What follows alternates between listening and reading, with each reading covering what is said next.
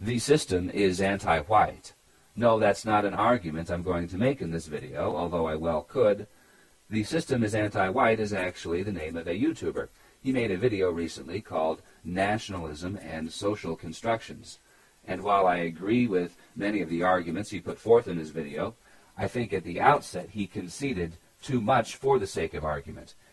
Suppose things such as ethnicity and nation-states are social constructions. I'm not going to argue with you there. We can fully agree that these things are social constructions, if not for anything, for the purpose of this video.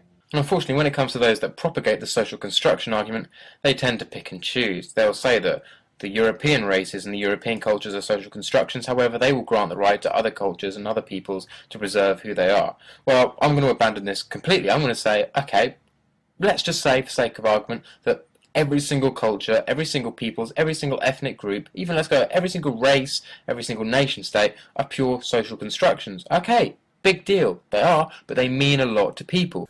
It is the race deniers who assert that race is a social construct, and by that they don't merely mean that the cultural implications or the political implications or one's own sense of identity derived from race is all socially constructed.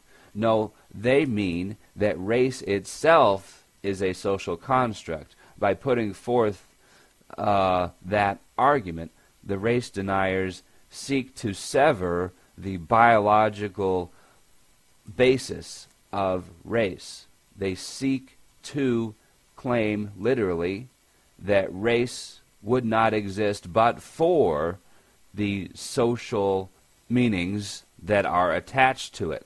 But of course this is absurd.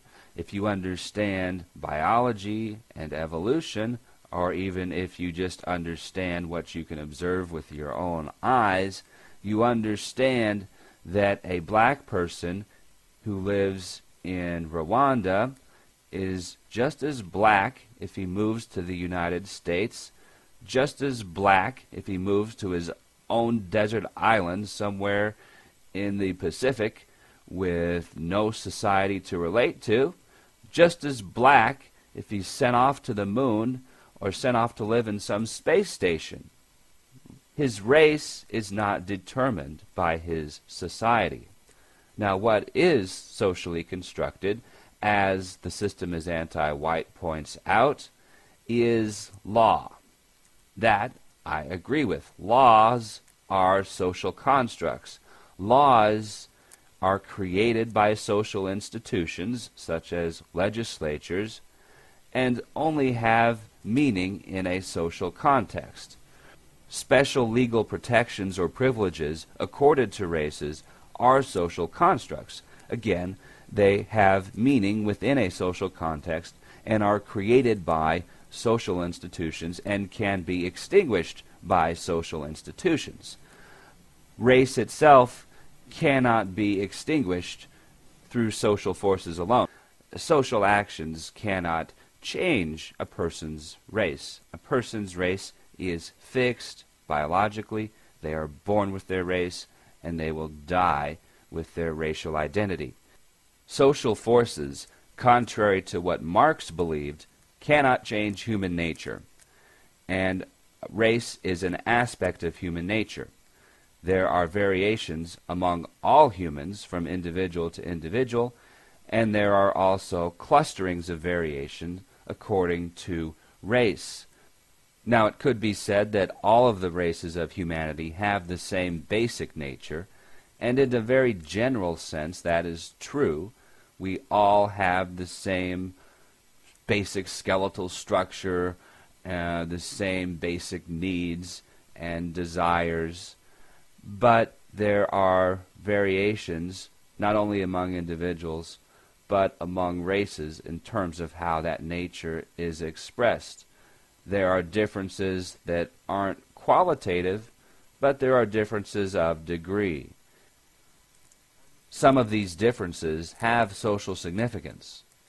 The significance is social, but the differences are biological. For example, the well-documented disparity between average intelligence levels among blacks and whites. Intelligence is correlated with rates of literacy and mental illness, with economic growth, with rates of crime, and a host of other factors that are significant socially. Now, intelligence can be socially conditioned to some extent, but it's a smaller extent than most people think.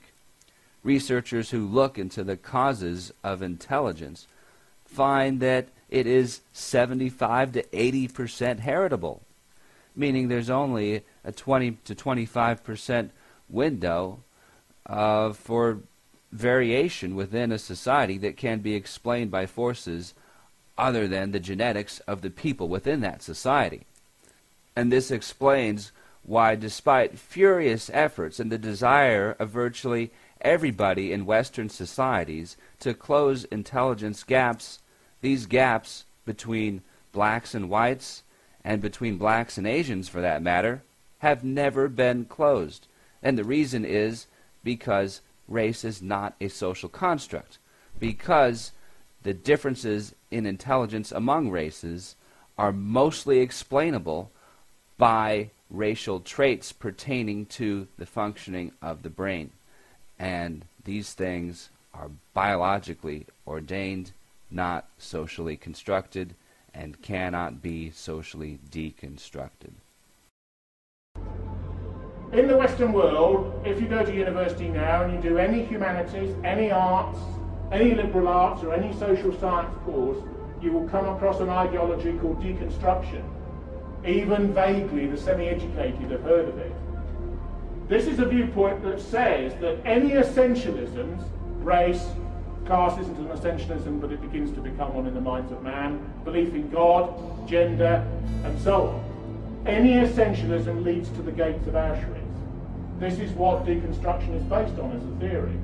Therefore, you look at every text, you look at every film, because they're obsessed with mass culture. So you're looking at what the masses look at and what they're fed by the capitalist cultural machine. And they look at this and they say, oh, look, dangerous essentialism there. Do you see that in that John Wayne film? Do you see the way he spoke to the Red Indian? Sorry, Native American, you know, this sort of thing. You see that sort of thing. And you look at these things and you break them down and you break them down again and you break down the element of sort of David Duke, quote-unquote, logic that could be said to lie in that particular phrasing and so on.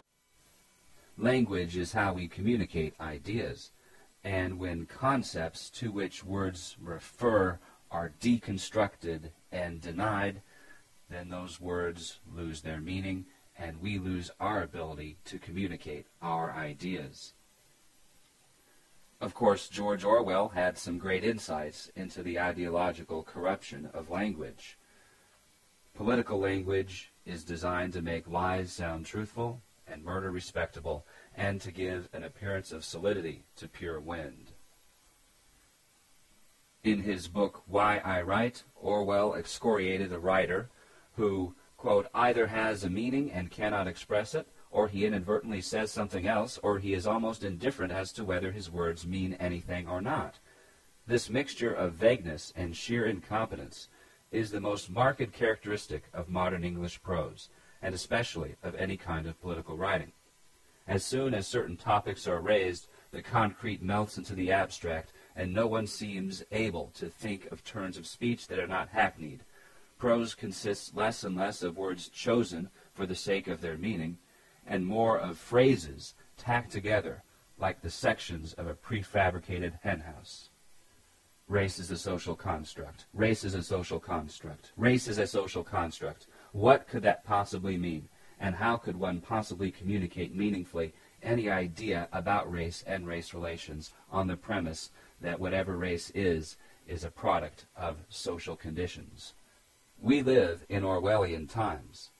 And while the battle for freedom may seem to be primarily a political or a moral one, at root it's a battle for the truth. It's a battle for the liberation of the pursuit of knowledge.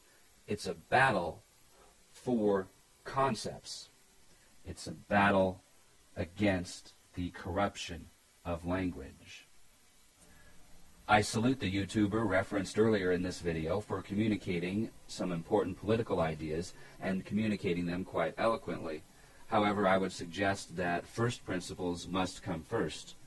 the political battle will be lost if the battle for the truth is surrendered to the enemy.